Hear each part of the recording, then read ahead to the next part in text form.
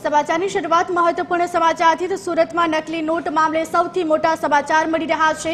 સ્થાનિક લોકો અને મહિલા અનુયાયીઓ વચ્ચે બબાલ થઈ હોવાના સમાચાર।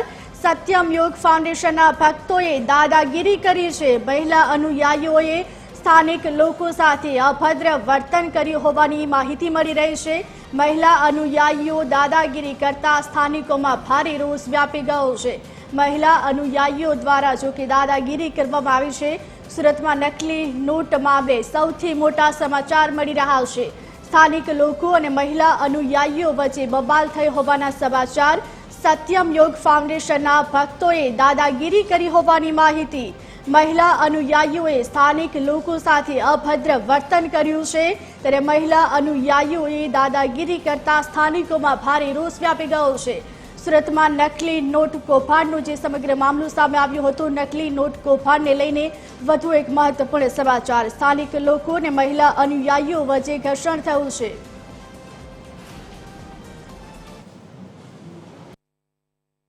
જે આશ્રમ છે તે આશ્રમની અંદર સાધકો અને સ્થાનિકો વચ્ચે અત્યારે માથાકૂટ શરૂ થઈ છે।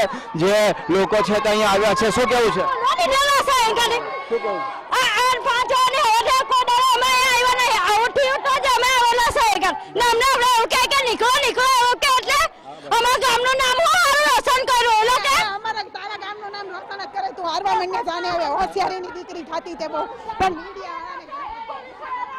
તો આજે અત્યારે જુઓ તમે કે અત્યાર સુધી એકદમ શાંત હતા, હવે જુઓ એટલે શું કહો છો તમે? એનો કોઈ અધિકાર નથી આશ્રમમાં, બરાબર? એનો કોઈ અધિકાર નથી આશ્રમમાં। અમારા સુધી તો બેન તમે એકદમ શાંત હતા અને રૌદ્ર સ્વરૂપ ધારણ કરી લીધું। રુદ્ર સ્વરૂપ ધારણ કરવું જ પડે। મારા સાધકો આવે ને ત્યાં સુધી હું તમને 2 કલાકથી જોતો હતો, તમે એવું કહેતા હતા કે હું ખાલી અહીંયા મારા પેશન્ટ છે એમને લઈને આવ્યો, ત્યારે તમે જૂઠું બોલતા હતા। મારા ગુરુ નિર્દોષ છે, એને ફસાવ્યા છે પોતે। એકલા હતા, તમને પૂછ્યું ત્યારે તો તમે જૂઠું બોલતા હતા। તમે તો જૂઠું બોલતા હતા ત્યારે અરે ભાઈ, આમાં મારા ગુરુને ફસાવે છે। મારા ગુરુની જે લાખો રૂપિયાની ઓલી છે ને મશીનરી, એમાં એ સેવા કરીને અને પોતે પોતાનું બોલું કરે છે। આશ્રમમાં અમે ઊભું કરીએ છીએ, અમારે કાંઈ કોઈ અનલીગલી આયા અમે કામ કરતા નથી ને કશું નહીં। હા, પણ ત્યારે તો તમે કહેતા હતા કે મારા ગુરુ નથી ને કોઈ નથી, હું તો અહીંયા મારા પેશન્ટ ને લઈને આવી છું એવું કહેતા, ત્યારે કેમ તમે જૂઠું બોલતા હતા? મારા સાધકો આવે તે હું તમને દઉં ને જવાબ દઉં ને। તો ત્યારે અમે તમને કેટલી વખત પૂછ્યું, ત્યારે કઈને બોલ્યા તમે? હા, કાંઈ વાંધો નહીં, લ્યો જ વિડીયો। શું કહે છે સ્થાનિક લોકો બી?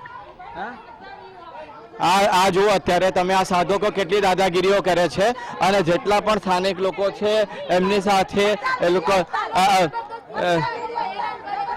આ લોકોએ અત્યારે આ જે સાધકો છે તેમના દ્વારા અત્યારે તમે જુઓ બધાને બહાર કાઢવામાં આવી રહ્યા છે। અને અત્યારે શું થઈ રહ્યું છે હમણાં શું થઈ રહ્યું છે બેન? હા, તો તમે આ બધાને ભગાવી રહ્યા છો તો કઈ ખબર હશે ને તમને? અમને કઈ નથી ખબર, એમ જો આવ્યા છે ઘૂસી ગયા છે તો ભગાવવા તો પડે જ ને। અચ્છા, ગેરકાયદેસર કેવી રીતે? મતલબ શું કે છે લોકો? બરાબર, તમે લોકો અત્યારે આ બધા પ્રદીપ મહારાજના જોઈને આવ્યા છીએ। અચ્છા, તો તમે અનુયાયીઓ છો? શું અનુયાયીઓ છો તમે? આ સાધક છીએ અમે અમારા ગુરુજીના। તો કેટલા સાધકો રોજ અહીંયા આવો છો? અમારી કોઈ ગણતરી ન હોય કેટલા હોય એમ। અહીંયા સ્થાનિક લોકો એવું કહે છે કે રાત્રે બધી યુવતીઓ આવે છે, તે યુવતીઓ શેના માટે આવે છે રાત્રે? ઓનલી ફોર રાત્રે 12 વાગે સેવા માટે આવે? ઈ તો ગમે મુલાકાત તો 2 વાગે પણ પૂરી થાય છે દર્દી લોકોની। રાત્રે 12 વાગે યુવતીઓ આવતી હોય છે, તે શેના માટે આવે? યુવતીઓ અહીંયા એટલી નથી આવતી, અહીંયા પેશન્ટની સેવા માટે આવીએ છીએ ને અહીંયા આશ્રમના ખૂણે ખૂણે સેવાનું કાર્ય થાય છે। એમ નથી કે તમે રાત્રે 2 વાગે 1 વાગે પોતાની સાથે મા બાપ હોય છે, એના પતિ હોય છે, પતિ પત્ની હોય છે, એના બાળકો પણ હોય છે, અહીંયા એકલી યુવતીઓ નથી હોતી। સ્થાનિક લોકોનું એવું કેવું છે, ખોટે ખોટો આક્ષેપ મૂકેલો છે ને અમે તો ખાલી પૂછીએ છીએ તમને કે સ્થાનિક લોકો એવું કે મહિલાઓનું રાત્રે 12 વાગે શું કામ? તમારું પ્રૂફ મળે ને, તમે અહીંયા તમે ગમે તે તો તમે સાચું માનો। 12 વાગ્યાની વાત કરો છો, 2 વાગ્યા સુધી પેશન્ટ હોય છે અહીંયા। 12 વાગ્યાની તો તમે વાત કરો, 2 વાગ્યા સુધી પેશન્ટ હોય છે, એટલે અમારે સેવા આપવાની જ હોય। જૂનાગઢ, અંકલેશ્વર, વડોદરા એવા અમદાવાદ આવીએ ત્યાંથી લોકો અહીંયા પહોંચતા હોય છે મુલાકાત માટે। લોકો એમ કહે છે કે રાત્રે યુવતીઓ આવે તો એ લોકો એમ કેમ નથી કહેતા કે જેન્ટ્સ પણ સેવામાં હોય છે બધા?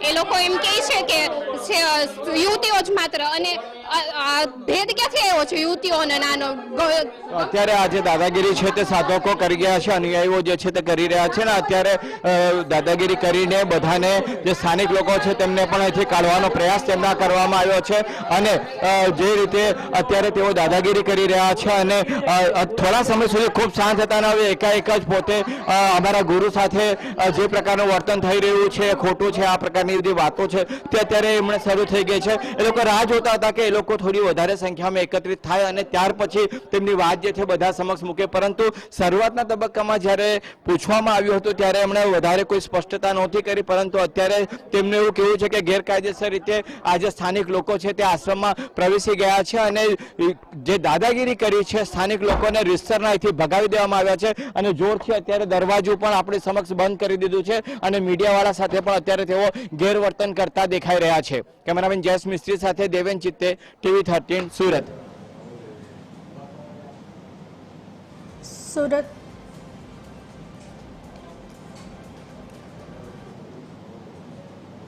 સમાચારમાં આગળ વાત કરીશું તો અમદાવાદથી સમાચાર. અમદાવાદ ક્રાઇમ બ્રાન્ચે એક મોટા ઓપરેશનમાં અમરાઈવાડી વિસ્તારમાંથી ₹2.10 કરોડથી વધુની કિંમતની બનાવટી ચલણી નોટો સાથે 6 શખ્સોની ધરપકડ કરી છે.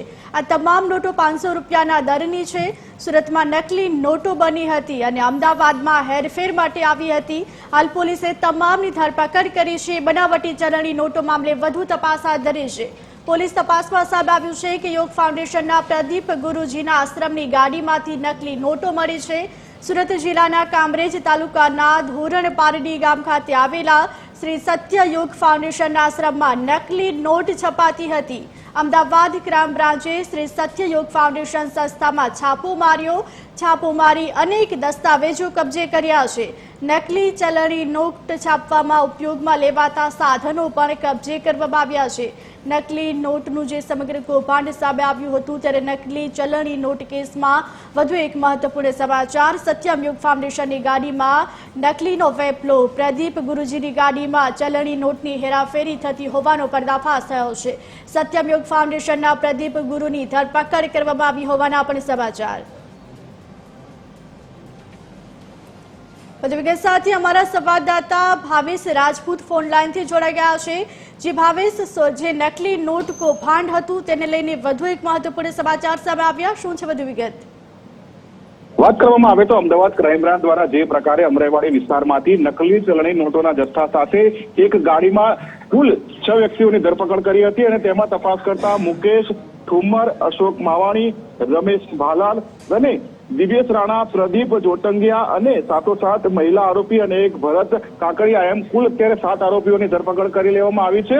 અમદાવાદ શહેરમાં જે પ્રકારે દરોડા પાડવામાં આવ્યા તેમાં 2.10 કરોડની કિંમતની નોટો મળી આવી અને સુરતમાંથી 28 લાખની કિંમતની નકલી ચલણી નોટો મળી આવી છે. આ સમગ્ર કેસમાં જે પ્રકારે હકીકતો સામે આવી છે, કારણ કે પ્રદીપ ગુરુજી જે સુરતમાં યોગ આશ્રમ ચલાવતો હતો અને જે મંત્રાલયના બોર્ડ સાથે, ગવર્નમેન્ટ ઓફ ઇન્ડિયાના બોર્ડ સાથે પોતાની ગાડીમાં VIP પાસ રાખીને નકલી નોટો સુરતથી લઈને અમદાવાદમાં વટાવવા માટે આવ્યો હતો અને જે નોટો વટાવવા માટે આવ્યો હતો તે નોટો જે રીતે બનાવવામાં આવી, સુરતમાં ફેક્ટરી ચાલતી હતી અને ચાઇનામાંથી આ જે ડિઝાઇન છે તેને મેળવવામાં આવતો હતો, કાગળ મેળવવામાં આવ્યા અને ChatGPT નો પણ ઉપયોગ કરીને આખી નોટ નકલી કઈ રીતે છાપી શકાય અને કોઈને શંકા પણ ન જાય અને નકલી નોટો બજારમાં વહેતી થઈ જાય તે પ્રકારનું આખું ષડયંત્ર હતું. અને અત્યાર સુધીમાં જે માહિતીઓ સામે આવી રહી છે, કારણ કે જે પ્રદીપ ગુરુજી છે તે લાંબા સમયથી આજે યોગ આશ્રમ ચલાવે છે અને તેને પોતાના આશ્રમનો કારોબાર મોટો કરવો હોય તેના માટે તેણે આ નકલી નોટો છપાવીને બારોબાર બજારમાં વેચાણ કરવાનું કાવતરું કર્યું હોય તેવી હકીકત સામે આવી છે. જી ભાવેશ, નકલી નોટ કૌભાંડમાં અત્યાર સુધીમાં કેટલા આરોપીની ધરપકડ કરવામાં આવી છે તેને લઈને કોઈ માહિતી ખરી? ચોક્કસથી જે પ્રકારે અમદાવાદ ક્રાઇમ બ્રાન્ચે અમરાઈવાડીમાં ગાડીમાંથી 6 આરોપીઓ પકડ્યા અને જ્યારે સુરતમાં દરોડા પાડવામાં આવ્યા ત્યારે સુરતમાંથી મુકેશ નામના આરોપીની ધરપકડ કરાઈ. એટલે કે કુલ 7 આરોપીઓ છે, જેમાં એક મહિલા છે અને જે પ્રદીપ ગુરુજી છે જે મુખ્ય આરોપી છે તેની પણ ધરપકડ કરી લેવામાં આવી છે.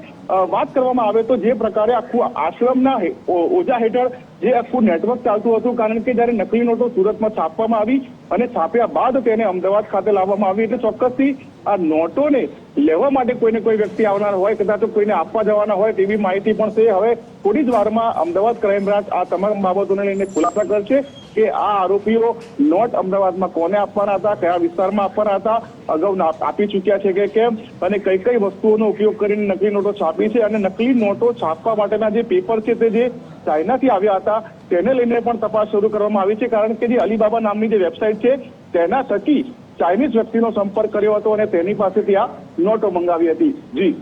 જી ભાવેશ, આ સમગ્ર નેટવર્કની ક્રાઇમ બ્રાન્ચને કઈ રીતે જાણકારી થઈ તેને લઈને કોઈ માહિતી ખરી? ચોક્કસથી અમદાવાદ ક્રાઇમ બ્રાન્ચને એક ઇનપુટ મળ્યું હતું કે સુરતથી એક ગાડીમાં અમુક વ્યક્તિઓ અમદાવાદ આવી રહ્યા છે અને તેઓની પાસેથી ગેરકાયદેસર વસ્તુઓ છે તે મળી શકે તેમ છે, જેથી કરીને અમદાવાદ ક્રાઇમ બ્રાન્ચના ઉચ્ચ અધિકારીઓએ અમરાઈવાડી વિસ્તારમાં આજે ગાડી પહોંચી હતી તેને રોકી અને તપાસ કરતા તે ફોર્ચ્યુનર ગાડી ઉપર આયુષ મંત્રાલય, ગવર્મેન્ટ ઓફ ઇન્ડિયા આ પ્રકારનું લખાણ હતું, VIP નું સ્ટીકર લાગેલું હતું અને ગાડીની અંદર જ્યારે આ 6 વ્યક્તિઓ મળી આવ્યા, જેમાં એક મહિલા હતી અને જે પોતાને યોગ ગુરુ કહે છે તેવા પ્રદીપ ગુરુજી હતા અને તેમાં આ નકલી નોટો મળી આવી, જે કિંમત 2.10 કરોડ રૂપિયા થાય છે અને તેની તપાસ કરી પૂછપરછ કરી તો આ નોટો નકલી હોવાનું સામે આવ્યું, આ નોટો વટાવવા માટે આવ્યા હોવાનું સામે આવ્યું, સુરતથી આ નોટો છપાવવામાં આવી હતી તેવું સામે આવ્યું, એટલે સુરત ક્રાઇમ બ્રાન્ચને જાણ કરવામાં આવી અને સુરત ક્રાઇમ બ્રાન્ચે સુરતમાં જે આશ્રમ આવેલું છે ત્યાં દરોડા પાડ્યા અને પ્રદીપ ગુરુજી સાથે જોડાયેલા મુકેશ નામના વ્યક્તિના ઘરે પણ તપાસ કરાઈ અને ત્યાંથી પણ જરૂરી દસ્તાવેજો, ચીજ વસ્તુઓ મળી આવી છે અને સાથોસાથ જે આશ્રમ આવેલું છે તેની અંદરથી પણ નકલી નોટ છાપવા માટેના સાધનો મળી આવ્યા છે. ચોક્કસ એક વસ્તુ સ્પષ્ટ થઈ ચૂકી છે કે આશ્રમની આડમાં નકલી નોટોનો કારોબાર આ જે ગુરુજી છે તેને શરૂ કર્યો હતો અને તે પકડાઈ ગયો છે. હવે આ કેસના તાર કોના સુધી પહોંચે છે તે જોવાનું મહત્વનું છે. જી ભાવેશ, આ સમગ્ર નેટવર્ક કેટલા સમયથી ચાલતું હતું, જેમાં આરોપીઓ સંડોવાયેલા હતા તેઓ કેટલા સમયથી આમાં જોડાયેલા હતા તેમને લઈને કોઈ માહિતી ખરી? અત્યારે હાલની સ્થિતિએ જે માહિતીઓ સામે આવી રહી છે, જેમાં અત્યારે આરોપીઓ ગઈકાલે મોડી રાત્રે પકડાયા છે, ક્રાઇમ બ્રાન્ચે તેઓની ધરપકડ કરી પંચનામું કર્યું છે.